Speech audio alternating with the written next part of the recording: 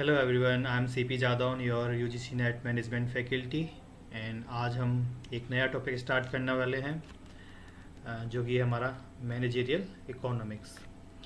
हमने कल अपना जो जनरल मैनेजमेंट जो पेपर था वो ख़त्म कर लिया, और मतलब टॉपिक ख़त्म कर लिया, और आज एक हम नया टॉपिक शुरू करेंगे, मैनेजरियल इकोनॉमिक्स। तो चलो शुरू करते हैं। Introduction to Managerial Economics. Managerial economics is the application of economic concept and analytical tool to solve business problem and support managerial decision making. It's combined idea from economics and management to guide business in the area like pricing, production, budgeting and strategy.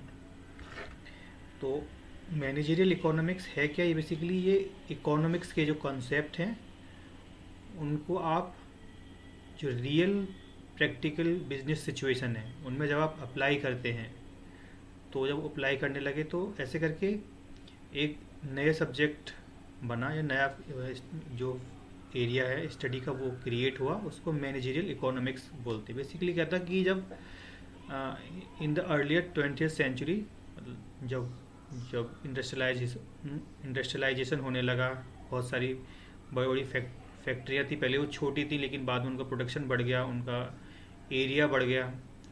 अब national से वो international business करने लगे धीरे धीरे। तो क्या हुआ कि ज़रूरत पड़ने लगी ऐसे टूल्स की जिनके बेस पे हम डिसीजन ले सकें, और ऐसे टूल्स की जिनके बेस पे हम अपनी कॉस्ट की और प्रोडक्शन की प्लानिंग सही से कर सकें। तो वहाँ पे फिर हमने एक सब्जेक्ट देखा, जो सब्जेक्ट बना मैनेजरियल इकोनॉमिक्स। तो बेसिकली अप्लाइड टूल्स को यूज करता है, बेसिकली टूल्स को यूज करता है कहाँ से? इकोनॉमिक्स से, और उन्हें मैनेजमेंट के कॉन्सेप्ट में लगाते हैं। तो वहाँ से एक सब्जेक्ट बनता है, उसे बोलते हैं मैनेजरियल इकोनॉमिक्स। तो यही यहाँ पे लिखा हुआ है। As business grow and more complex, they need scientific and logical tool to handle planning and uncertainty. This gave rise to the managerial economics. तो इस तरह से मैनेजरियल इकोनॉमिक्स एग्जिस्टेंस में आया। इसमें की एरिया कौन कौन से हैं जो हम स्टडी करते हैं? Utility analysis, demand analysis and forecast, production analysis, price strategy, market structure, profit planning and control, capital budgeting and decision making. तो बेसिकली यही सारे एरिया जो हम मैनेजरियल इकोनॉमिक्स में पढ़ते हैं। आप इन्हीं को इसके स्कोप बोल सकते हैं, कि स्कोप क्या है मैनेजरियल इकोनॉमिक्स का। तो स्कोप उसका प्रॉफिट प्लानिंग में है, कैपिटल बजटिंग है, और आप कह सकते हैं यूटिलिटी एनालिसिस में है, डिमांड एनालिसिस में। तो यही इसके क्या है, इस एरिया ऑफ स्कोप भी है। और आप बोल सकते हैं कि इम्पोर्टेंस क्या है मैनेजरियल इकोनॉमिक्स के। तो आप बोल सकते हैं कि डिसीजन मेकिंग में ये हेल्पफुल होती है, प्राइस स्ट्रेटजी में हेल्पफुल होती है, डिमांड एनालिसिस एंड फोरकास्टिंग में ये हेल्प करता है। तो यही इसके क्या है, इम्पोर्टेंस है। तो इस तरीके से हम देखते हैं, हमने देख लिया कि मैनेजरियल इकोनॉमिक्स क्या होता है, वो कैसे डेवलप हुआ over the period of time, और उसके की एरियाज ऑफ स्टडी कौन कौन से हैं। अब देख लेते हैं, दो टर्म्स होते हैं, एक होता है माइक्रो इकोनॉमिक्स, एक होता है macro economics. Micro economics basically क्या होता है, हमारे फर्म के जो अंदर काम हो रहे हैं उनसे रिलेटेड होता है। मतलब एक फर्म या फैक्ट्री में जो काम हो रहे हैं वो उनको उनसे रिलेटेड दिखता है। मोस्टली हमें यही स्टडी करना है। Microeconomics deals with the individual unit like firm, consumer और market. In managerial economics it helpful to understand demand, price, production and cost behaviour. तो क्या होता है, जो माइक्रो इकोनॉमिक्स होती है उसमें एक फर्म के बारे में पढ़ते हैं, उस फर्म में जितने ऑपरेशन हो रहे हैं, या उसमें प्राइस स्ट्रेटेजी कैसे होगी, प्रोडक्शन कैसे हो रहा है, ये सब हम देखते हैं माइक्रो इकोनॉमिक्स में। उसके अलावा जो मैक्रो इकोनॉमिक्स है उसमें क्या है कि आप ओवरऑल इकोनॉमी को देखते हैं। मतलब बेसिकली आप बिजनेस इन्वायरमेंट को देखते हैं कि इन्फ्लेशन का ट्रेंड क्या है, गवर्नमेंट पॉलिसी का ट्रेंड क्या है, वो कैसे हमारे बिजनेस को इम्पैक्ट करेगी, या इंटरेस्ट रेट हैं वो हमारे ओवरऑल जो इन्वायरमेंट है उसको कैसे इम्पैक्ट कर रही है। और जब ओवरऑल इन्वायरमेंट को वो इम्पैक्ट करेंगे तो अल्टीमेटली जब हम भी उसी बिजनेस में अपनी फर्म को चला रहे हैं तो वो हमारी फर्म को कैसे अफेक्ट करेगा। तो ये सब स्टडी हम करते हैं किसमें, माइक्रो इकोनॉमिक्स में। अब हम देख लेते हैं डिमांड एनालिसिस कि डिमांड एनालिसिस हम क्या होता है। तो the demand for a product refer to the quantity of goods and service that the consumer are willing to buy at a particular price for a given point of time. Basically demand क्या होती है, demand तीन चीज़ों से मिलकर बनी हो रही होती है। आप उसे डिमांड कब बोलेंगे, बेसिकली नीड होती है, नीड कन्वर्ट होती है वांट्स में। अगर आप उस जो आपकी वांट बनी है उसको आप, अगर आपके पास एबिलिटी टू पे है, जो प्रोडक्ट का प्राइस अगर आप उसको पे करने के लिए तैयार हो, तो ये तीनों चीज़ मिलकर क्या बना देती हैं, डिमांड बना देती हैं। ये सीक्वेंस भी पूछा गया है कि कैसे डिमांड का क्लियर सीक्वेंस क्या होगा। तो सबसे पहले क्या होती है, नीड होती है, फिर वांट होता है, फिर एबिलिटी टू पे होता है। इसमें एक दो सेक्शन ऊपर नीचे वो कर सकते हैं, लेकिन इस तरीके से हमारी डिमांड बनती है। जैसे यहाँ पे एग्जाम्पल भी है, नीड क्या है, it is a basic requirement. Like आपको भूख लगी है, कोई खाना खाना है, तो आप जो भूख लगी है तो उसको आप कई तरीके से मतलब कई तरीके से खाना खा सकते हैं। मतलब आप पिज़्ज़ा भी, जैसे यहाँ पिज़्ज़ा भी खा सकते हैं या बर्गर भी खा सकते हैं। लेकिन आपके पास एबिलिटी कौन सी चीज़ के लिए पे करने की, पिज़्ज़ा थोड़ा सा महंगा आता है, बर्गर थोड़ा सस्ता आता है, तो ये यहाँ पर डिफरेंस रखता है। तो आप किस चीज़ के लिए पे कर रहे हैं। अगर आपके पास एबिलिटी टू पे फॉर पिज़्ज़ा है, तो फिर आप क्या है कि आपने पिज़्ज़ा के लिए डिमांड क्रिएट कर दी। अगर आप बर्गर के लिए पे करेंगे तो आपने बर्गर के लिए डिमांड कर दी, तो ऐसे क्रिएट कर दी। तो ऐसे हम डिमांड को पढ़ते हैं कि डिमांड क्या है, पहले नीड होती है, फिर वो वांट्स में क्रिएट आप मीन देखते हैं कि आप किस तरीके से अपनी नीड को फुलफिल कर सकते हैं। अब उस मेथड को आप किस तरीके से, अगर पे करने को आप तैयार हैं, तो वो क्या बन जाती है, हमारी डिमांड बन जाती है उस प्रोडक्ट के लिए। डिमांड एनालिसिस क्या होता है, demand analysis is a process where management make decision with respect to production, cost allocation, advertising, inventory holding and price etcetera. Basically demand analysis में हम क्या करते हैं, इन सारी चीज़ों के बारे में हम जानकारी इकट्ठा करने की कोशिश करते हैं। Although how much a firm produce depend upon its production capacity. Firm कितना प्रोड्यूस करेगी उसको किस पर डिपेंड करता है, उसकी कैपेसिटी पर। Thus, the marketer is required to analyze properly the demand for its product in the market and must hold inventory accordingly। मतलब अगर आपने ज़्यादा प्रोडक्शन कर दिया तो मतलब आपकी इन्वेंट्री रखी रह जाएगी, मतलब आपने इन्वेंट्री में ज़्यादा सामान रह जाएगा, डिमांड इतनी है नहीं, तो मतलब आपने ज़्यादा प्रोडक्शन कर दिया तो फिर आपको फ़ायदा नहीं होगा। या आपने कम प्रोडक्शन किया, आपकी इन्वेंट्री कम है, तो भी फ़ायदा नहीं, क्योंकि आप डिमांड फुलफ़िल नहीं कर पा रहे मार्केट में, तो आपको घाटा हो जाएगा। तो यही आपको देखना होता है कि सही से आप एनालिसिस करें डिमांड की, कि मार्केट में आपके प्रोडक्ट की कितनी ज़रूरत है, कितना आपको इन्वेंट्री में अपना प्रोडक्ट रखना है, और प्रोडक्शन लेवल कितना आपको रखना है। तो ये सब यहाँ पे हमें देखना होता है। तो यहाँ पे बेसिकली हम तीन चीज़ आज देखने वाले हैं कि डिमांड क्या होती है, जो हमने अभी देख लिया कि वांट, विलिंगनेस टू पे एंड एबिलिटी टू पे, ये होती है हमारी डिमांड। फिर हम देखेंगे लॉ ऑफ डिमांड क्या है, कि मतलब प्राइस एंड क्वांटिटी में क्या होता है, इन्वर्स रिलेशन होता है, ये हम यहाँ पे भी देखेंगे डिमांड में। और फिर डिमांड फंक्शन की, डिमांड फंक्शन में कौन कौन सी चीज़ें हैं जो डिमांड को क्या करती हैं, अफेक्ट करती हैं, तो वो हम इसमें देखेंगे। तो आज हम ये देखने वाले हैं। उससे पहले देख लेते हैं कि टाइप ऑफ डिमांड कितने तरीके की डिमांड्स होती है। Individual demands and market demand. ये क्या होता है, individual demands refers to demand of a goods and service by the single consumer, whereas market demand is the demand for a product by all the consumer who buy that product. Thus market demand is the aggregate of individual demand. So ये कह रहे हैं कि मान लो कोई car है, मतलब कोई कार है, तो वो एक बंदे की कोई डिमांड होगी कि वो एक कार खरीदना चाह रहा है, दूसरे बंदे की डिमांड है कि वो कार खरीदना चाह रहा है। तो इन दोनों की अपनी अपनी अलग अलग डिमांड है, लेकिन जब दोनों डिमांड्स को हम ऐड कर देंगे तो क्या बन जाएंगी, मार्केट डिमांड बन जाएगी। तो यही होता है कि इंडिविजुअल डिमांड सबकी अपनी अपनी डिमांड है, लेकिन जब इन सब इंडिविजुअल डिमांड्स को हम सम कर देंगे तो वो क्या बन जाएंगी, मार्केट डिमांड बन जाएगी कि मार्केट में कितने कार की ज़रूरत है।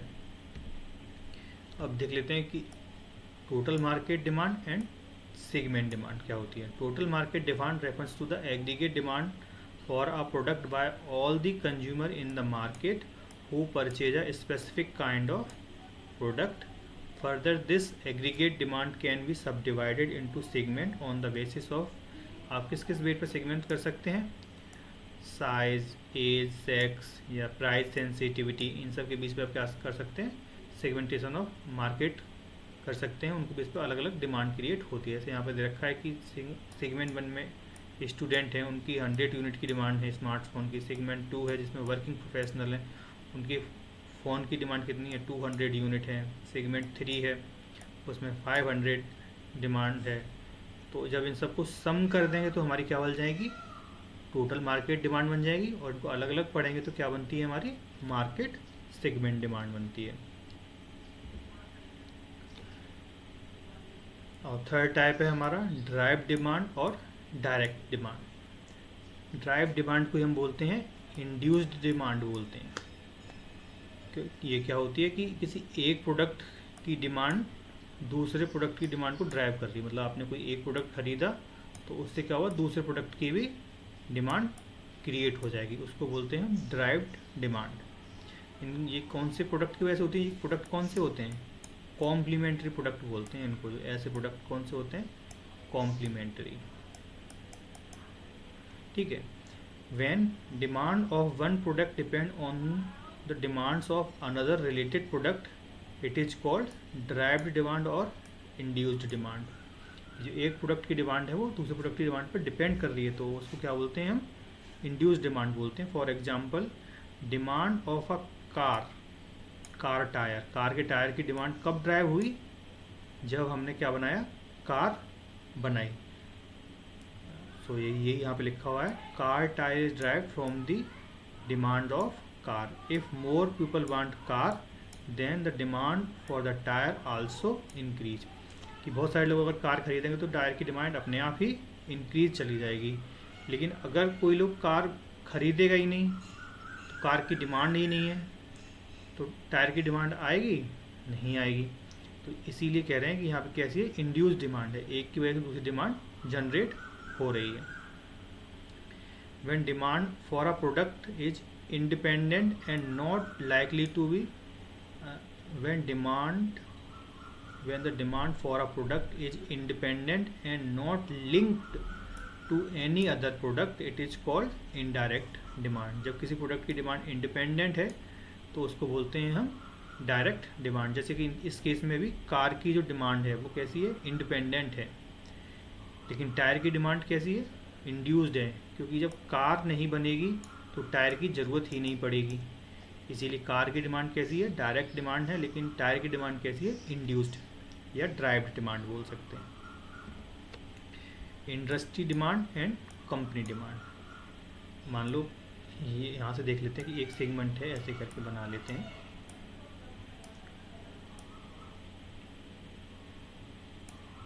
तो ये डिफरेंट सेक्शन है। मान लो एक कार के सेक्शन है, एक मार्केट है, उसमें डिफरेंट टाइप की कार हैं, 1 2 3 4 5 6। तो ये क्या है, अलग अलग कंपनी है 6। तो इसकी डिमांड मान लो 10% है, इसकी 20% है, इसकी 50% हो गई, इसकी 5% हो गई, इसकी 5% हो गई, कितना हुआ 80 90, और इसकी भी मान लो 10% है। तो जो इंडस्ट्री डिमांड होगी वो कितनी होगी, 100% होगी। इंडस्ट्री डिमांड 100% और कंपनी डिमांड ये हो जाएगी। तो बेसिकली क्या होता है, इंडस्ट्री डिमांड की होती है टोटल डिमांड जो हमारी है कंपनी की। एक कंपनी की इतनी डिमांड है, दूसरी कंपनी की कितने % डिमांड है, जब उन सबको हम सम कर देंगे तो क्या आएगी, इंडस्ट्री डिमांड आ जाती है। जैसे कि हमने इंडिविजुअल और मार्केट डिमांड पढ़ा था, वो ये भी उसी तरीके से ही है। Industry demand refers to a total aggregate demand of the product for a particular industry such as demand for a cement in a construction industry, while the company demand is the demand for a product which is particular to company and it is a part of industry। वही मैंने बताया कि अलग अलग car की demand थी, जब उनको सम अप कर दिया तो क्या बन गया, इंडस्ट्री डिमांड बन गया। तो इंडस्ट्री कंपनी डिमांड क्या होती है, कंपनी डिमांड क्या होती है, part of industry demand. Price demand, price demand क्या होता है कि एक पर्टिकुलर प्राइस पर आप किस प्रोडक्ट को कितना खरीदना चाह रहे हैं, वो होती है हमारी price demand. The demand is often study in parallels to price and therefore called a price demand. Price demand mean amount of a commodity a person is willing to purchase at given price. की एक जो given price है हमारा, उस पर आप कितना quantity खरीदना चाह रहे हो, वो होती है हमारी price demand.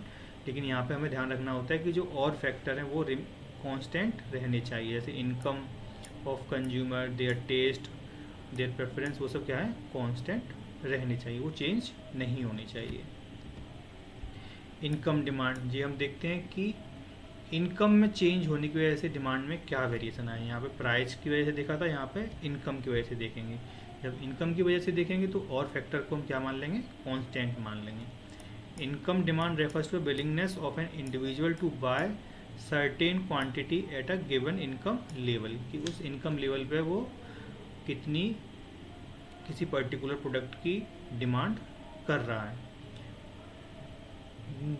Here the price of product, consumer taste and preference and price of other related goods are expected to remain unchanged। वही जब हम प्राइस की बात की थी तो वहाँ पे प्राइस के रेफरेंस में देख रहे थे कि कितनी क्वांटिटी खरीदेंगे और फैक्टर को कांस्टेंट मान लिया था। और इनकम के केस में इनकम के बेस पर देखेंगे कि हम कितनी जो पर्टिकुलर इनकम है उस पर हम किसी पर्टिकुलर क्वांटिटी को कितना खरीदना चाह रहे हैं, और अदर फैक्टर को हम क्या मान लेंगे, कांस्टेंट मान लेंगे।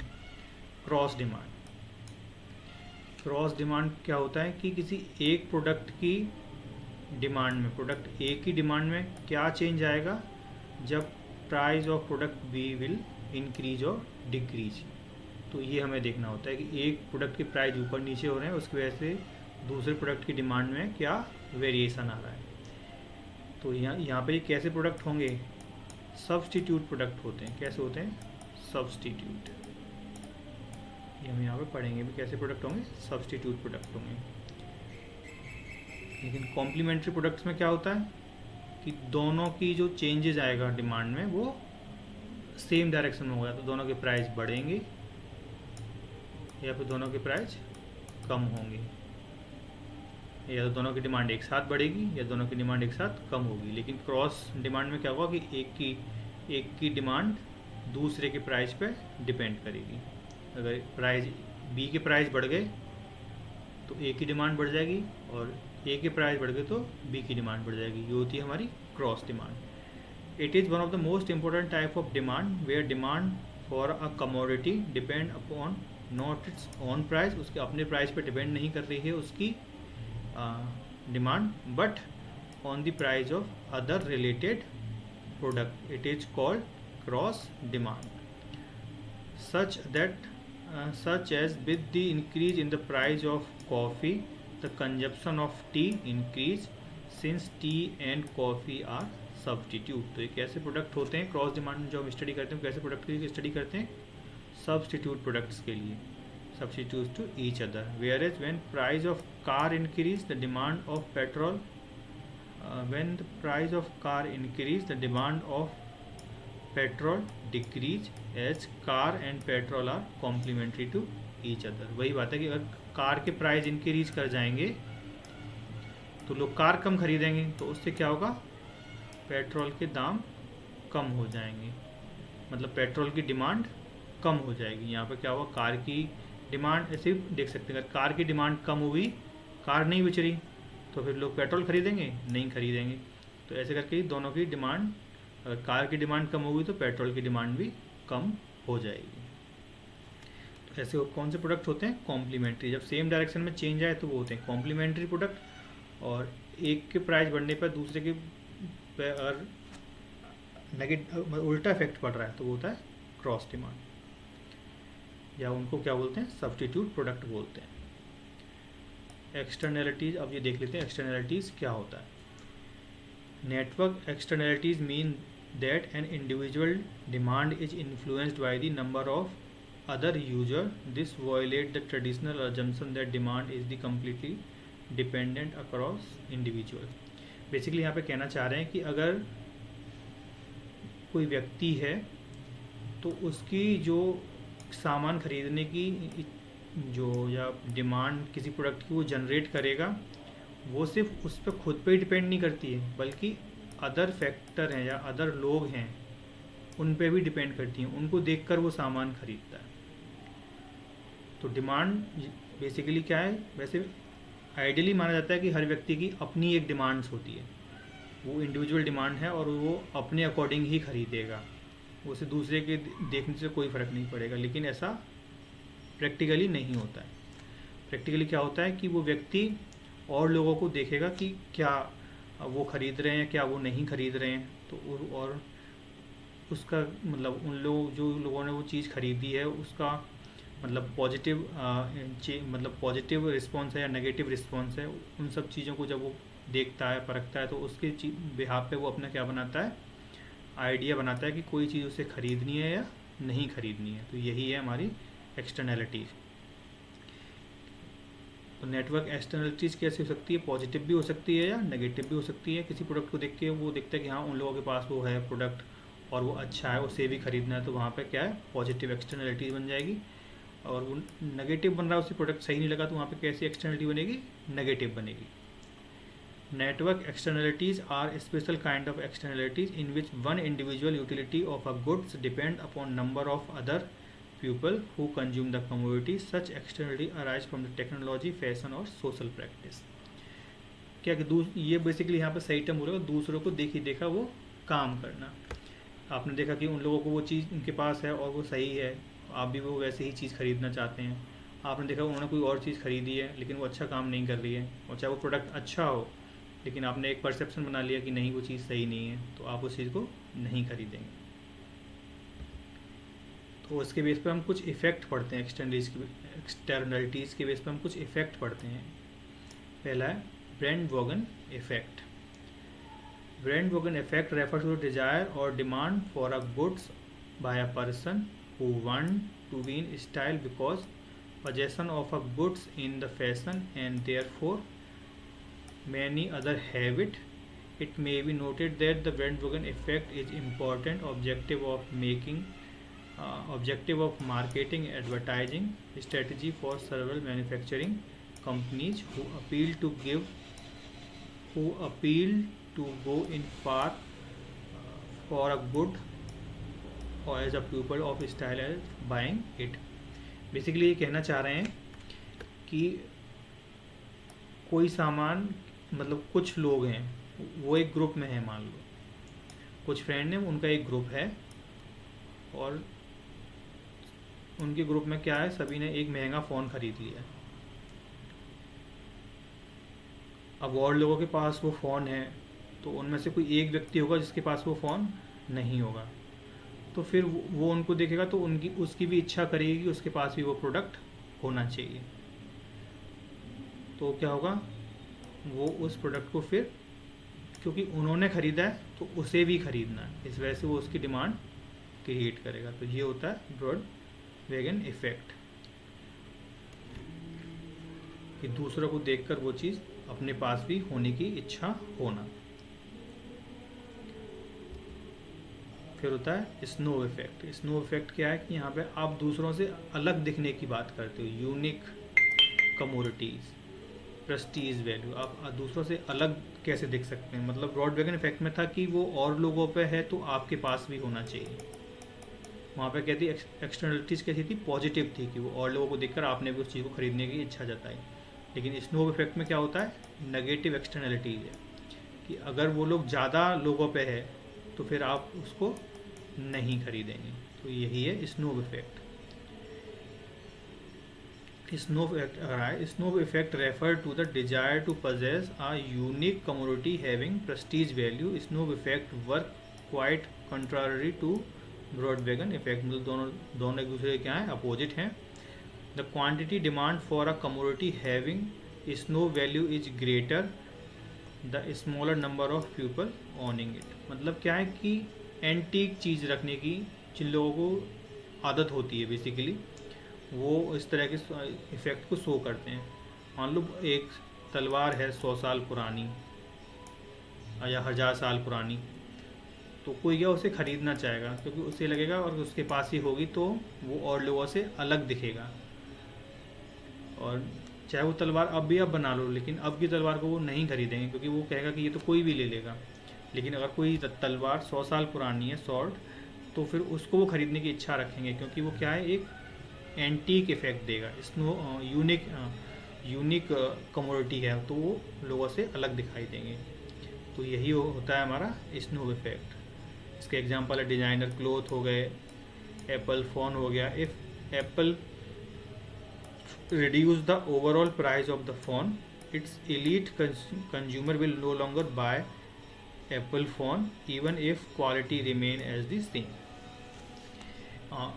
तो ये कहना चाह रहे हैं कि अगर एप्पल जो फ़ोन बनाता है अपने, अगर वो उसके प्राइस कम कर देगी जिससे उसे ज़्यादा से ज़्यादा लोग खरीदें और एप्पल को फ़ायदा हो जाए, तो लेकिन वो ऐसा नहीं कर रहे हैं, क्योंकि ऐसा करते ही वहाँ पे क्या होगा, स्नो इफेक्ट ख़त्म हो जाएगा।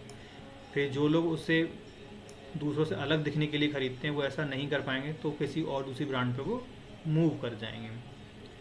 तो ये है स्नो इफेक्ट के बारे में। अब देख लेते हैं वेवलेन इफेक्ट। वेवलेन इफेक्ट क्या होता है कि यहाँ पे आप अपने स्टेटस या वेल्थ को दिखाने की कोशिश करते हैं। जो चीज़ जितनी महंगी है आप उसको ख़रीदते हैं और दिखाते हैं कि आप दूसरों से अलग कैसे हैं। Veblen effect in economics refers to the phenomena where the demand for a certain goods increase as price increases. Contrary to law of demand, it highlights consumer preference to choose prestigious or quality item। तो यही बोल रहे हैं कि जो चीज़ की price जितने महंगे होते जाएंगे, प्राइस अगर बढ़ रहे हैं, तो वहाँ पे वेवलेन इफेक्ट क्या है, बढ़ता चला जाएगा, क्योंकि वो आपके किसको शो करेगा, वेल्थ को और स्टेटस को दिखाएगा कि आपके पास, जैसे किसी के पास लग्जरी गाड़ी हैं, महंगी महंगी घड़ियाँ हैं, लोग चॉपर ले लेते हैं, तो ये सब क्या होता है, वेवलेन इफेक्ट है। जैसे अंबानी ने अपने यहाँ शादी भी की तो उन्होंने अपना स्टेटस भी दिखाया। तो इस तरीके की चीज़ें करना basically. The sense of this effect lies in demonstration of wealth. वहाँ पर उन्होंने क्या किया था, डिमॉन्स्ट्रेशन ऑफ वेल्थ ही तो क्या था शादी में, दो क्या है, where people buy expensive good not solely for their utility but also the display of their social and economics position। तो वहाँ पर सिर्फ वो अपने यूज़ के लिए नहीं खरीद रहे हैं, लेकिन वो अपनी सिर्फ इस एक अपना जो उनकी वेल्थ है या उनके पास पैसा है उसको दिखाने के लिए वो ऐसा कर रहे हैं। तो ये इसके क्या है, एक कह सकते हैं की टर्म है, ये आपको याद रखने होंगे। तो यहाँ पे मैंने इन तीनों को समराइज़ किया है कि ब्रॉन्ड वैगन इफेक्ट कब लगता है, demand arise because other buying it, और लोगों के पास है तो मेरे पास भी होना चाहिए, ये होता है ब्रैंडवैगन इफेक्ट। सोशल बिलोंगिंग पे मोस्टली डिपेंड करता है। ट्रेंड हो गए, कपड़े हो गए, स्मार्टफोन हो गए, यहाँ पे ऐसी चीज़ें होती हैं उनके लिए ब्रैंडवैगन इफेक्ट काम करता है। स्नो इफेक्ट क्या होता है, demand drop if two many people use it. Snow effect में क्या है कि अलग दिखना होता है, अगर एक ही चीज़ बहुत सारे लोगों के पास होगी तो फिर अलग कैसे दिखेंगे, तो वहाँ पे क्या इफेक्ट, डिमांड कम हो जाएगी।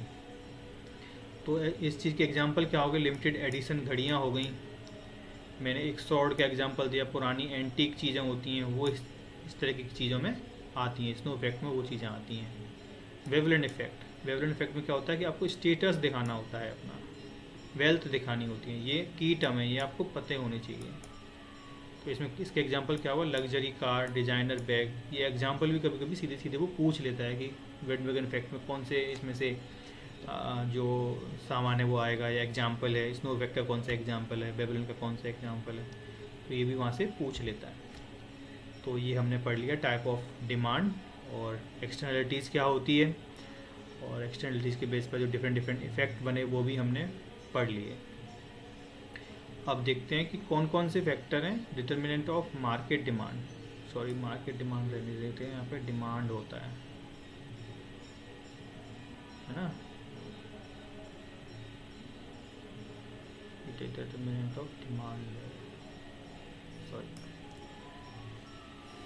इस मार्केट डिमांड के डिटरमिनेंट देखेंगे तो यहाँ पे हमारा डिस्ट्रीब्यूशन ऑफ वेल्थ हो जाएगा, गवर्नमेंट पॉलिसीज हो जाएगा, पॉपुलेशन साइज एंड कंजप्शन, ये चीज़ें को अगर हम काउंट करेंगे तो वो किस में आएंगी, मार्केट डिमांड्स को जो फ्लक्चुएट करेंगी वो इन चीज़ों से कहीं ना कहीं रिलेट रखेगा। लेकिन हमें सिर्फ डिटरमिन डिमांड्स पढ़ना है, तो हमारी जब एक फैक्ट्री के रेफरेंस में पढ़ना है हमें, तो वो सब इन चीज़ों पे फ़र्क पड़ता है, जिसमें क्या क्या आएगा हमारा, price of product, income of consumer, taste and preference of customer, price of related goods, population and size of the country, consumption expectation, consumer की एक्सपेक्टेशन क्या प्रोडक्ट को लेके, एडवर्टाइजमेंट एंड मार्केटिंग कैसे आपकी डिमांड को इन्फ्लुएंस करेगी, government policy कैसे influence करेगी, distribution of income and wealth, country में डिस्ट्रीब्यूशन ऑफ इनकम कैसे है, वो डिमांड को मतलब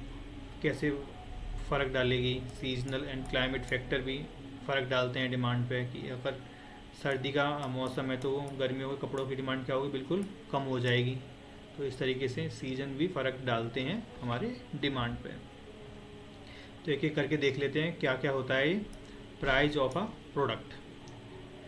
किसी प्रोडक्ट के प्राइस हैं, सबसे पहला फैक्टर ही वही होता है कि हम कहीं भी जाते हैं तो सबसे पहले प्राइस ही चेक करते हैं बेसिकली, कि किस चीज़ का कितनी प्राइस है, उसके बेस पे हम उसको खरीदने का डिसीजन बनाते हैं। तो प्राइस ऑफ प्रोडक्ट तो एक प्राइमरी थिंग हो गई कि वो डिमांड को इन्फ्लुएंस करता ही करता है। The price of a product is most important determinant of a market demand in a long run and only determinant in the short run. Short run में तो बिल्कुल ही हम प्राइस को ही देखते हैं। As per the law of demand, the price of a product and the quantity demanded are inversely related. वही बात है कि अगर लॉ ऑफ डिमांड क्या होता है कि अगर किसी प्रोडक्ट के प्राइस बढ़ गए तो उसकी डिमांड क्या है, कम हो जाती है, और अगर प्राइस कम हो गए तो डिमांड उसकी क्या है, खुद ब खुद बढ़ जाती है, क्योंकि वो लोगों की पहुंच में आ जाता है, ज़्यादा लोगों की पहुंच में आ जाता है। तो यही होता है लॉ ऑफ डिमांड, और वो प्राइस उस पर कैसे इफेक्ट डालते हैं। अदर थिंग इम्प्लाई आगे देख लेते हैं। Other thing implied that income of a consumer and price of the substitute and complementary goods, state preference and number of consumer and all remain constant.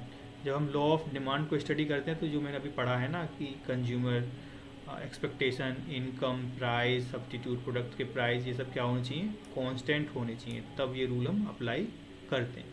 तो प्राइस ऑफ अ प्रोडक्ट क्या करता है, demand को effect करता है, तो ये determinant हो गया डिमांड का। Price of related goods, price of related goods भी इफेक्ट डालते हैं डिमांड पे कि प्रोडक्ट आपस में कॉम्प्लीमेंट्री हैं या सब्स्टिट्यूट हैं, कॉम्प्लीमेंट्री प्रोडक्ट हैं या फिर सब्स्टिट्यूट प्रोडक्ट हैं। अगर कॉम्प्लीमेंट्री प्रोडक्ट्स हैं तो मतलब एक की डिमांड बढ़ेगी तो दूसरे की भी डिमांड बढ़ जाए, मतलब एक की डिमांड बढ़ेगी तो दूसरे की भी डिमांड बढ़ जाएगी। लेकिन सब्स्टिट्यूट है तो एक की डिमांड बढ़ेगी और दूसरे की डिमांड उसकी वजह से कम हो जाएगी, उसके प्राइस की बढ़ने की वजह से, तो उसकी डिमांड कम होगी तो दूसरे की, मतलब यहाँ पे इन्वर्स रिलेशन चलता है डिमांड्स में, और यहाँ पे पॉजिटिव रिलेशन चलता है। The market demand for a commodities also affect the change in the price of the related goods. Related goods may be substitute and complementary.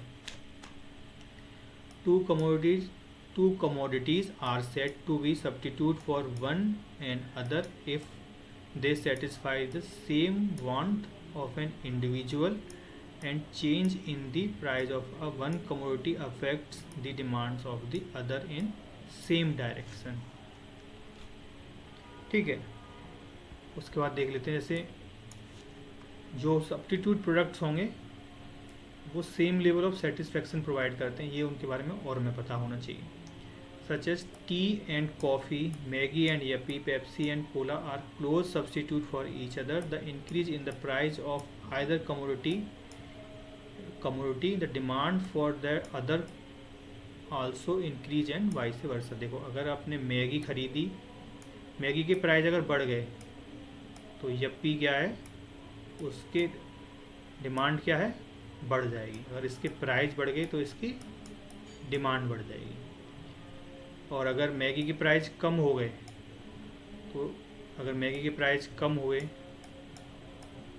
तो तो यप्पी की डिमांड कम हो जाएगी, क्योंकि इसके प्राइस कम हुए हैं तो लोग इसे ज़्यादा खरीदेंगे और यप्पी को कम खरीदेंगे। तो ये होते हैं हमारे substitute product. A commodity is said to be complementary for other if the use of two goods goes together such that their demand change increase और डिक्रीज साइमल्टेनियसली। मतलब क्या है कि जैसे ब्रेड एंड बटर है, कार एंड पेट्रोल, अगर car के price बढ़ेंगे तो जो कार के प्राइस बढ़ गए तो क्या होगा, डिमांड कम हो जाएगी। तो उसी से क्या होगा, पेट्रोल की डिमांड भी कम हो जाएगी। ये होते हैं हमारे कॉम्प्लीमेंट्री गुड्स। अब देख लेते हैं कंज्यूमर इनकम कैसे फ़र्क डालता है हमारे डिमांड्स पर। The income is the basic determinants of the quantity demanded for a product as it decides the purchasing power of the consumer. Thus the people with higher disposable income spend large amount of income in consumer goods and the services as compared to those who have low disposable income. जिन लोगों के पास ज़्यादा पैसा होगा basically वो लोग ज़्यादा खर्च कर सकते हैं, और जिनके पास कम पैसा होगा वो कम खर्च करेंगे।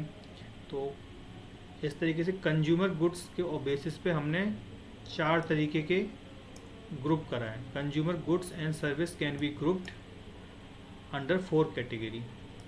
जो कंज्यूमर गुड्स एंड सर्विस हैं उनको हमने 4 कैटेगरी में बांटा है। Essential goods, inferior goods, normal goods and Prestige and luxury goods. अब इन गुड्स पे हम इनकम का इफेक्ट देखेंगे कि इनकम के कम होने पे या ज़्यादा होने पे इन गुड्स की जो डिमांड्स है उस पर क्या मतलब इफ़ेक्ट आएगा। जैसे कि असेंशियल गुड्स हैं और किसी की इनकम है बढ़ गई तो इस गुड्स की जो असेंशियल गुड्स है इसकी डिमांड पे क्या होगा, कम हो जाएगी या ज़्यादा हो जाएगी। अब ये हम स्टडी करेंगे। तो ये मैंने एक टेबल बनाई हुई है। असेंशियल गुड्स कौन से होते हैं, जो बेसिक गुड्स होते हैं डेली लाइफ में जो उनको हम कंज्यूम करते हैं वो होते हैं हमारे असेंशियल गुड्स। जैसे food grain, salt, house, cloth, ये सब हमारे क्या हैं, असेंशियल गुड्स हैं। तो इनकम का क्या फ़र्क पड़ता है इस पर, demand increase up to certain level then become stable. जब आपकी डिमांड बढ़ती है मतलब आपकी जो इनकम बढ़ती है तो इनकी डिमांड थोड़ी सी बढ़ती है, लेकिन फिर क्या हुआ एक कांस्टेंट हो जाती है। मान लो इस तरीके से हमें समझ सकते हैं, स्पेंडिंग में shift to better quality not quantity. तो ये क्या है कि इनकी डिमांड थोड़ी बढ़ती है। अगर आप 4 रोटी खाते हैं आपकी इनकम बड़ी तो हो सकता है कि आप 5 खा लें, लेकिन आप हो नहीं सकता कि आप 10 खा जाएं, ऐसा बहुत मतलब मुश्किल है। तो यही कह रहे हैं कि असेंशियल गुड्स के केस में क्या है, थोड़ी बहुत डिमांड्स इंक्रीज करती है लेकिन ओवरऑल क्या रहती है, कांस्टेंट रहती है। नॉर्मल गुड्स कौन से होते हैं हमारे, goods whose demand increase as income arise. ये ऐसे गुड्स होते हैं जिनकी क्या डिमांड बढ़ती है जैसे ही आपकी इनकम बढ़ती है तो, लेकिन इनके साथ क्या होता है कि एक टाइम तक तो आपकी इनकम बढ़ी मतलब आपकी डिमांड बढ़ेगी, द डिमांड इंक्रीज करती है but growth slow as income continue to rise. लेकिन क्या है, अगर आपकी इनकम लगातार बढ़ती जा रही है तो फिर आप इनकी डिमांड्स कम हो जाती है। लेकिन जैसे फॉर एग्जांपल जैसे ही आप स्टूडेंट होते हैं और आपकी जॉब लगती है पहली, तो सबसे पहले आप क्या करते हैं, कपड़े खरीदते हैं, है ना, या कोई महंगा फ़ोन खरीदते हैं। तो ये बेसिकली वो चीज़ होती हैं जैसे बारटेंडर, क्लोथ, फर्नीचर, अप्लायंसेज, आप इन चीज़ों को खरीदते हैं क्योंकि आपके पास इनकम आती है तो आप उसे डिस्पोज करते हैं। आपके पास इनकम आई है तो आप अब मतलब उसको खर्च भी कर सकते हैं, तो आप इन चीज़ों पर खर्च करते हैं। लेकिन एक लेवल की क्या होता है कि अगर आपने मान लो फ़ोन खरीद लिया या कोई आपने महंगा टीवी खरीद लिया तो ऐसा है नहीं कि आप और ख़रीदेंगे, आपको और भी चाहिए। तो उनकी क्या है कि एक लेवल के बाद आप सेटिस्फेक्शन फील होता है और आप फिर नहीं खरीदते हैं। तो वो क्या होता है कि स्लो जो डिमांड की ग्रोथ है फिर वो स्लो हो जाती है। इन्फीरियर गुड्स कौन से होते हैं, goods whose demand decrease when income increase beyond a certain point. इसमें क्या है, नेगेटिव रिलेशन है आपस में। अगर आपकी डिमांड बढ़ेगी तो मतलब इनकम बढ़ेगी तो उसकी डिमांड कम हो जाएगी। Goods whose demand decrease when income increase at a certain point. इसमें क्या है कि इन्वर्स रिलेशन, जैसे आपकी अगर इनकम बढ़ गई तो आपकी जो डिमांड है इन्फीरियर गुड्स की वो कम हो जाएगी। यही यहाँ पर लिखा हुआ है। ये कि ऐसा क्यों होता है, क्योंकि लोग अच्छे और बेटर सब्स्टिट्यूट की तरफ मूव कर जाते हैं। Luxury goods and prestigious goods कौन से होते हैं, हमने पढ़ा था बेबिलन इफेक्ट, है ना। तो वहाँ क्या होता है कि अगर कोई चीज़ जितनी महंगी होगी तो उसके लिए डिमांड बढ़ जाती है। तो यहाँ पे क्या होता है कि अगर आपकी इनकम बढ़ेगी तो आपकी पहुँच बढ़ जाएगी महंगा सामान खरीदने के लिए। तो इनकम बढ़ने से क्या होगा कि आप जो हमारा प्रेस्टिजियस गुड्स हैं या लग्जरी गुड्स हैं आप उनको खरीदेंगे, तो मतलब इनकम बढ़ने पर इन जो लग्जरी गुड्स हैं उनकी डिमांड बढ़ जाती है। तो ये इनमें दोनों में पॉजिटिव रिलेशन है। Demand increases sharply with income, जैसे जैसे आपकी इनकम बढ़ती जाएगी वेवलेंट इफेक्ट बढ़ता जाएगा और आप लग्जरी गुड्स खरीदते रहेंगे, तो महंगी गुड्स हैं उनके क्या है, जो लग्जरी गुड्स हैं उनकी डिमांड इंक्रीज हो जाएगी। तो यही होते हैं हमारे essential goods, normal goods, inferior goods and luxury goods. जो नॉर्मल गुड्स है ना, इनके कई बार एग्जाम्पल पूछा गया कि इसमें कौन सी चीज़ आती है और इस पर कैसा इफेक्ट पड़ता है, तो ये हमें देखना होगा। बेसिकली चारों इम्पॉर्टेंट हैं, इनमें से मोस्टली पूछ लेता है कि किसी एक न एक के बारे में हर बार एक एग्जाम में। अब हम अपना 4 डिटरमिनेंट देख लेते हैं कौन सा होता है। Consumer taste and preference. Consumer taste and preference तो ये कि जो अगर आप प्रेफर करेंगे किसी चीज़ को, आप किसी चीज़ का टेस्ट अच्छा लग गया तो आप उसी को बार बार खरीदेंगे में, है ना। तो उससे क्या होगा कि उसी की डिमांड बढ़ जाएगी। लेकिन ये बहुत सारी चीज़ों पर डिपेंड करता है, जैसे कंज्यूमर की हॉबीज़ क्या हैं, कस्टम क्या हैं, सोशल कल्चर, लाइफ स्टाइल, ये सब चीज़ें क्या करती हैं, इफ़ेक्ट डालती हैं। यही जो क्योंकि ये चीज़ क्या करती हैं, कस्टमर के टेस्ट को और प्रेफरेंस को डिफाइन करती हैं। तो consumer taste and preference play a vital role in determining demand for our product.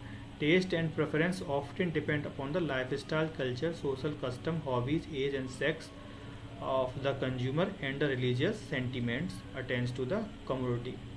The change in any of these factors result in the change in the consumer taste and preference, therefore resulting in either increase or decrease in demand of the product. तो basically ये कहना चाह रहे हैं कि जो customer के test preference हैं वो डिमांड्स को या तो पॉजिटिव या नेगेटिव सेंस में अफेक्ट करेगी, लेकिन अफेक्ट करती हैं। Advertising expenditure. एडवर्टाइजमेंट क्या होती है, ये भी एक डिटर्मिनेंट है किसका, डिमांड का। अगर आपने किसी प्रोडक्ट के बारे में एडवर्टाइजमेंट किया और आप लोगों को परसुएट कर पाए अपने प्रोडक्ट के लिए, तो वहाँ क्या होगा, पॉजिटिव एडवर्टाइजमेंट हो गया और आपके लिए क्या हुआ, डिमांड जनरेट हो जाएगी। तो ऐसा करके एडवर्टाइजमेंट भी इफेक्ट डालता है हमारे किस पे, डिमांड पे।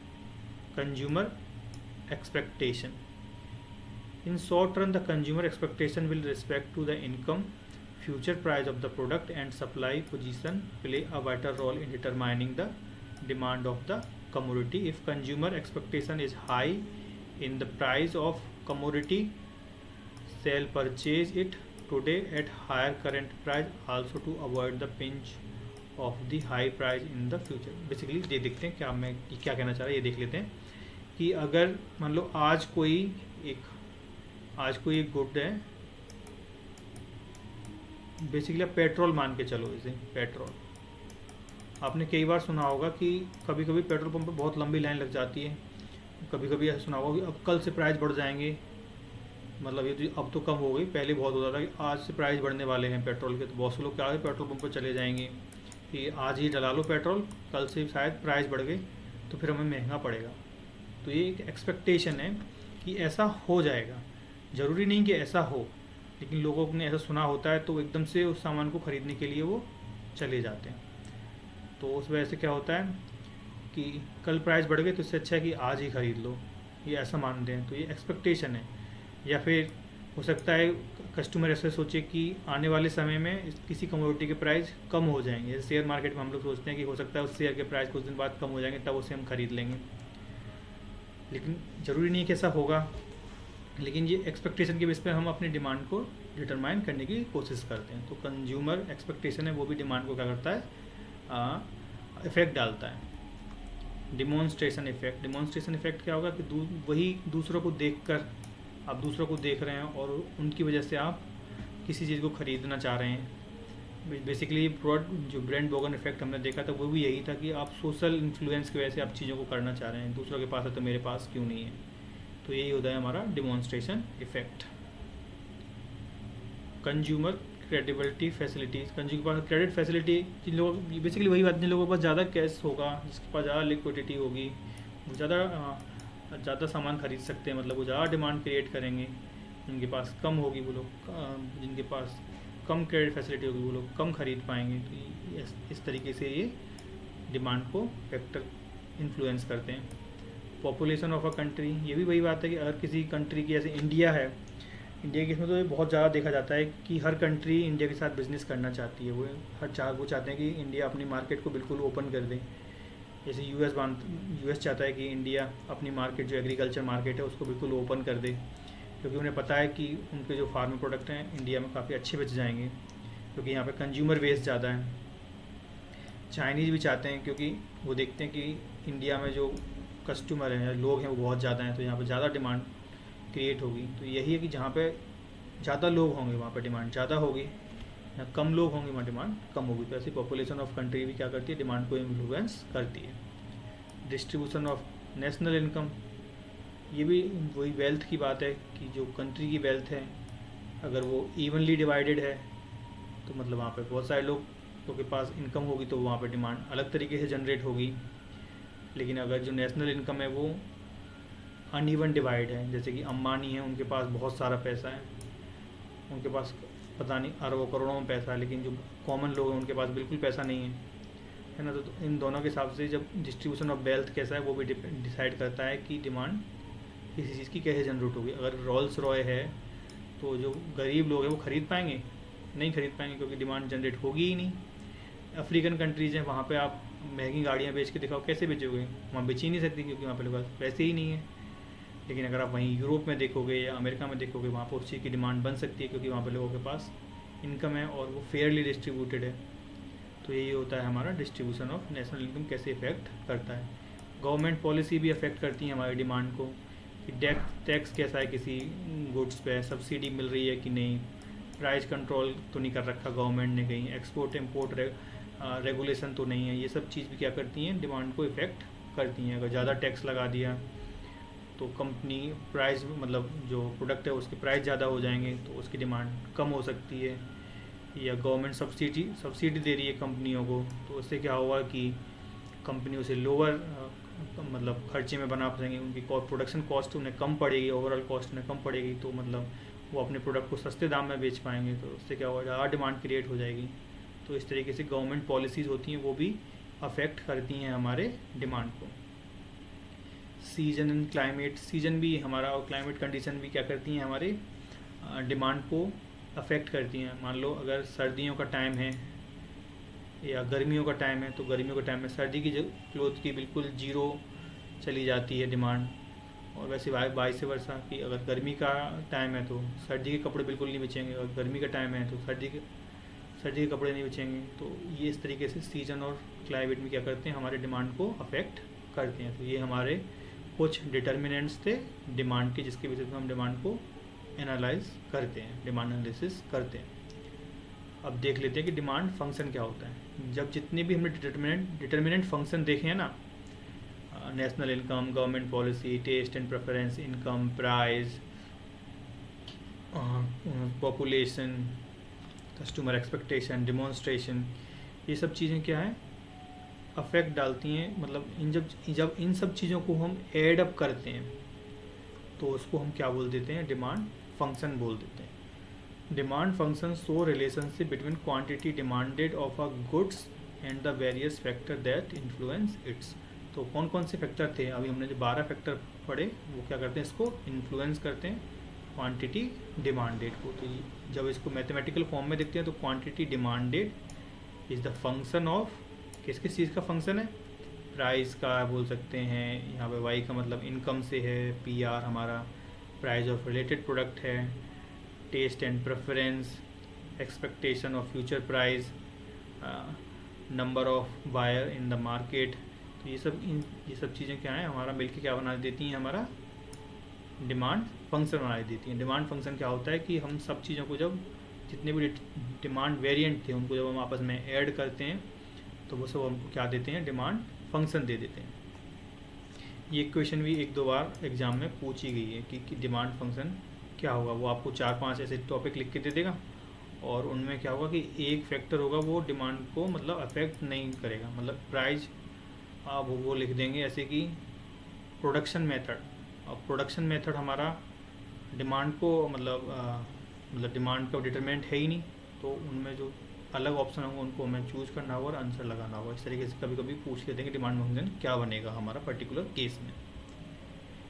अब देख लेते हैं कि लॉ ऑफ डिमांड। वैसे तो हम कई बार देख चुके हैं अपने स्लाइड्स में बिना पढ़े ही इसको, लेकिन लॉ ऑफ डिमांड क्या होता है अब देख लेते हैं। The law of demand state that the overall factor remain constant. Overall factor remain constant जो हमने अभी पढ़े थे कि income, taste and preferences, government policies, price of related product, ये क्या है सब other related remain factor constant. The quantity demanded of a goods और a service in varies inversely with its price. वही यहाँ पे कह रहे हैं कि जो डिमांड है हमारी, डिमांड है वो अगर बढ़ेगी कब, जब किसी प्रोडक्ट के प्राइस क्या हो, कम हो। मतलब ये हम उल्टा पढ़ रहे हैं, वैसे प्राइस बढ़े तो उसकी डिमांड क्या होगी, कम हो जाएगी। अगर प्राइस घटे तो उसकी डिमांड क्या है, बढ़ जाएगी। तो इन दोनों में कैसा रिलेशन है, इन्वर्स रिलेशन है, इन्वर्स रिलेशन है।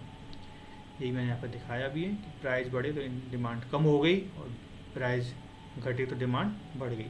यहाँ पर हमने अज्यूम कर रखा है कि all other factor remain unchanged.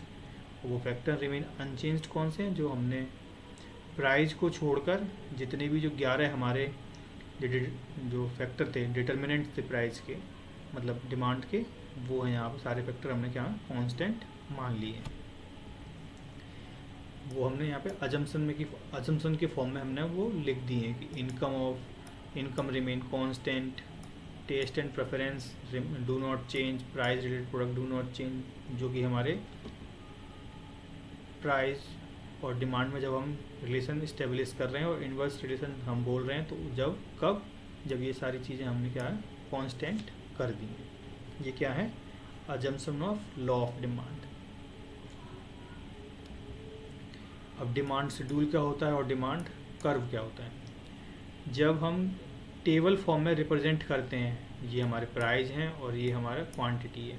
5 रुपये पे 610 यूनिट डिमांडेड थी, 10 रुपये पे घट गई, कम यूनिट डिमांडेड हो गई, और प्राइस बढ़े तो यूनिट डिमांड और कम हो गई, और प्राइस बढ़े तो यूनिट की डिमांड और कम हो गई।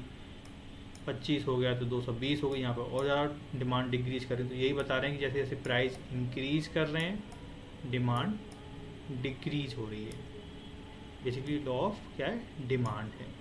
तो यही कह रहा है डिमांड शेड्यूल क्या होता है। हम डिमांड शेड्यूल देख रहे थे बेसिकली यहाँ पे, जब हम टेबल फॉर्म में रिप्रेजेंट करते हैं इस डेटा को, डिमांड प्राइस को, क्वांटिटी डिमांडेड को, तो उसको हम क्या बोल देते हैं, डिमांड शेड्यूल बोल देते हैं।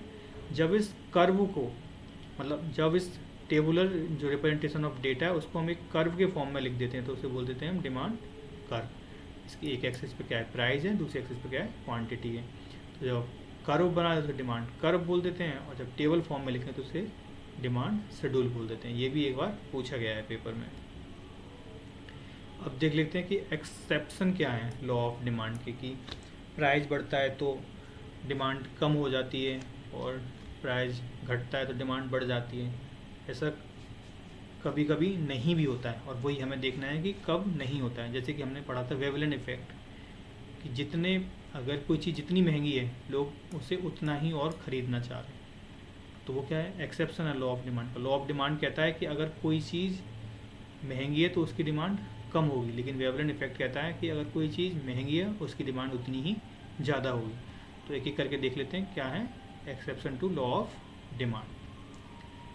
ग्रिफिन गुड्स, हमने इन्फीरियर गुड्स पहले देखे थे, वो इनकम के अंतर्गत देखे थे। इनकम में और इन्फीरियर गुड्स में हमने वहाँ पर रिलेशन इस्टेब्लिश किया था, लेकिन यहाँ पे हम क्या है प्राइस से देखेंगे, प्राइस में और इन्फीरियर गुड्स में क्या रिलेशन है। तो Griffin goods are inferior goods whose demand increase with increase in its price where several inferior commodities much cheaper than superior substitute, often consumed by poor household as essential commodity. Whenever the price of different goods increase, its quantity demanded also increase, because with the increase in the price and the income remain the same, the poor people cut the consumption of superior substitute and buy more commodity of Griffin goods to meet their basic need. Basically यहाँ पे कहना चाह रहे हैं Griffin goods कौन से होते हैं, इन्फीरियर गुड्स होते हैं ग्रिफिन गुड्स, और वो कह रहे हैं कि जब प्राइस बढ़ते हैं किनके, इन्फीरियर गुड्स के प्राइस, यहाँ प्राइस के बारे में हम डिस्कस कर रहे हैं ना कि इनकम के बारे में, जब प्राइस बढ़ते हैं तो क्या होता है, उसकी डिमांड भी बढ़ जाती है। लेकिन इनकम के केस में उल्टा है कि अगर इनकम बढ़ेगी तो डिमांड ऑफ इन्फीरियर गुड्स कम हो जाती है ना। तो उन दिनों चीज़ों में कंफ्यूज नहीं होना है। तो ये हमारा ग्रिफिन गुड्स है और आप इसको पढ़ लेना, इसमें यही सब, ये एग्जाम्पल भी इसको काफ़ी अच्छे से एक्सप्लेन कर रहा है। तो यहाँ पे यही है। अब देख लो वेवलेंट इफेक्ट। वेवलेंट इफेक्ट हम कई बार एक्सप्लेन भी कर चुका हूँ कि क्या हो, वेवलेंट इफेक्ट में क्या होता है कि अगर कोई चीज़ जितनी महंगी है लोग उसको उतना ही ज़्यादा और ख़रीदते हैं। तो मतलब अगर किसी प्रोडक्ट के प्राइस बड़े हैं तो वो क्या है, लोगों की पहुंच से बाहर होती जा रही है जो आम लोग हैं। लेकिन फिर क्या है, इसको क्या करेंगे, अमीर लोग खरीदना शुरू कर देंगे, क्योंकि वो दूसरे लोगों से क्या दिखना चाहते हैं, अलग दिखना चाहते हैं। तो वेवलेंट गुड्स होते हैं, मतलब लग्जरी गुड्स होते हैं, उनकी डिमांड क्या है, खुद ब खुद बढ़ जाती है। जितने ज़्यादा महंगे होते जाएंगे उतनी ही उनकी प्राइस और मतलब उनकी डिमांड उतनी ही बढ़ती चली जाती है। Exception to the law of demand by the economist. According to Veblen, there are certain group of people who measure the utility of a commodity purely by its price। बहुत से लोग क्या है, ऐसा ही मानते हैं कि कोई चीज़ जितनी महंगी है वो उतनी ही अच्छी है। तो ऐसे करके वेवलेंट इफेक्ट काम करता है। Which mean they think that higher price goods and service drive more utility than the lesser priced commodity. For example, goods like diamond, platinum, ruby are brought by the upper society for whom higher price of goods and higher is the prestige value, या फिर वो अपना status को दिखा सकते हैं। Ultimately, the higher is the utility of desirability of them। तो वेवलेंट effect वही है कि कोई चीज़ जितनी ज़्यादा महंगी होगी उसकी डिमांड क्या होगी, उतनी ही ज़्यादा होगी। बस यही हमें याद रखना है, यही होता है वेवलेंट इफेक्ट। और वेवलेंट इफेक्ट में कौन से गुड्स आते हैं, लग्जरी गुड्स आते हैं। ठीक है, लग्जरी गुड्स आते हैं। कौन से लग्जरी गुड्स कौन कौन से होते हैं, डायमंड, प्लेटिनियम, रूबी, या लग्जरी कार हो गई, वॉचेज़ हो गई, ये सब हमारे इसमें आते हैं। Expectation of price change in future, ये भी एक वो है कि फ्यूचर को लेकर हम नहीं सोच पाते, मतलब एक अनुमान लगा रहे होते हैं, और उसकी वजह से भी हम कभी कभी क्या है, एक सिचुएशन क्रिएट हो जाती है कि हम महंगी चीज़ को भी हम खरीद लेते हैं। प्राइस बढ़ने पे भी हम उसकी डिमांड को इंक्रीज कर देते हैं। When consumer expect that the price of a commodity likely to be further increase in the future, वो ऐसा सोच रहा है कि हो सकता है भविष्य में इसके प्राइस बढ़ जाएं किसी कमोडिटी के, then he will buy more of its despite increase in the price in order to escape him from pinch of higher price in the future. वो ऐसा मानता है कि अगर उसने नहीं खरीदा अभी भी प्राइस उसके बढ़ गए हैं, लेकिन वो मान रहा है कि अभी भी नहीं खरीदेगा तो फ्यूचर में और प्राइस उसके बढ़ जाएंगे। सोने के साथ बहुत होता है ऐसा, लोग सोने को खरीद लेते हैं, ऐसा बोलते हैं कि फ्यूचर में और महंगा हो जाएगा तो इसको अभी खरीद लो, बाद में रिग्रेट ना करना पड़े। तो यही है exception of price change in future, कि वहाँ पे अप्रॉक्सीमेशन वो एक आइडिया लेके चल रहे होते हैं। तो ऐसे करके उसकी डिमांड और प्राइस बढ़ते जा रहे हैं, लेकिन डिमांड और बढ़ती चली जा रही है। सिर्फ किसकी बेस पे, स्पेकुलेशन के बेसिस पर। जैसे एक्सपेक्टेशन बोल लो या फिर क्या बोलो, स्पेकुलेशन बोल लो। ब्रेंडबर्गन इफेक्ट भी वही है कि बहुत सारे लोगों के पास वो चीज़ है और आपके पास वो चीज़ नहीं है, लेकिन वो महंगी है चाहे, लेकिन फिर भी आप उसको खरीदेंगे। क्यों खरीदेंगे, क्योंकि वो और लोगों के पास है। तो इस तरीके से क्या है, महंगी चीज़ की जो ज़रूरत है, वो डिमांड है, वो क्रिएट हो रही है। This is a common type of exception to law of demand, where the consumer tries to purchase those commodities which are bought by his friend, relative, or neighbor. Here, the person is tries to emulate buying behavior and pattern of the group to which he belong irrespective of the price of the commodity. वो देखता नहीं, वो उसके हिसाब से वो कोई चीज़ महंगी है या सस्ती है, बस वो और लोगों ने खरीद ली, इसीलिए वो भी उस चीज़ को खरीदना चाहता है। तो ये क्या है, ये भी वो ब्रांड वोगन इफेक्ट भी क्या है, exception to law of demand है। तो thank you for today class, this is all for today. और एक बार रिकैप कर लेते हैं कि हमने क्या क्या पढ़ा है आज। सबसे पहले हमने पढ़ा कि मैनेजरियल इकोनॉमिक्स क्या होती है, कैसे ईजाद हुई, और बेसिकली क्या है, एक जो हमारी इकोनॉमिक्स के जो कॉन्सेप्ट हैं उनको हमने रियल वर्ल्ड बिजनेस प्रॉब्लम में उसको अप्लाई किया और मैनेजमेंट को हमने उसके साथ ऐड कर दिया, तो हमारा एक नया सब्जेक्ट बना, उसको हम क्या बोलते हैं, मैनेजरियल इकोनॉमिक्स बोलते हैं। फिर हमने की एरिया ऑफ मैनेजरियल इकोनॉमिक्स पढ़ी, कौन कौन से एरिया में हम इसको अप्लाई करते हैं, इनमें कौन कौन सी स्टडी करनी होती है। ये देखा हमने, स्कोप के बारे में बात की, इंपॉर्टेंस के बारे में बात की।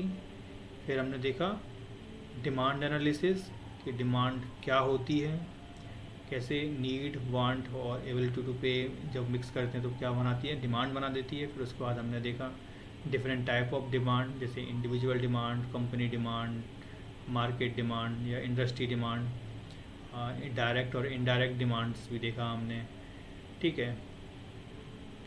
फिर उसके बाद हमने देखा कि law of demand, law of demand क्या था कि किसी चीज़ के प्राइस बढ़ते हैं तो उसकी डिमांड कम हो जाती है, और किसी के प्राइस कम होते हैं तो उसकी डिमांड बढ़ जाती है। मतलब प्राइस और डिमांड में कैसा है, इन्वर्स रिलेशन है। हमने लॉ ऑफ डिमांड के बारे में बात की। फिर law exception of law of demand, जैसे वेवलन इफेक्ट, बैंडवैगन इफेक्ट, एक्सपेक्टेशन और या फिर स्पेकुलेशन इफेक्ट के बारे में हमने बात की, या ग्रिफिन गुड्स के बारे में बात की जो exception to law of demands. So thank you.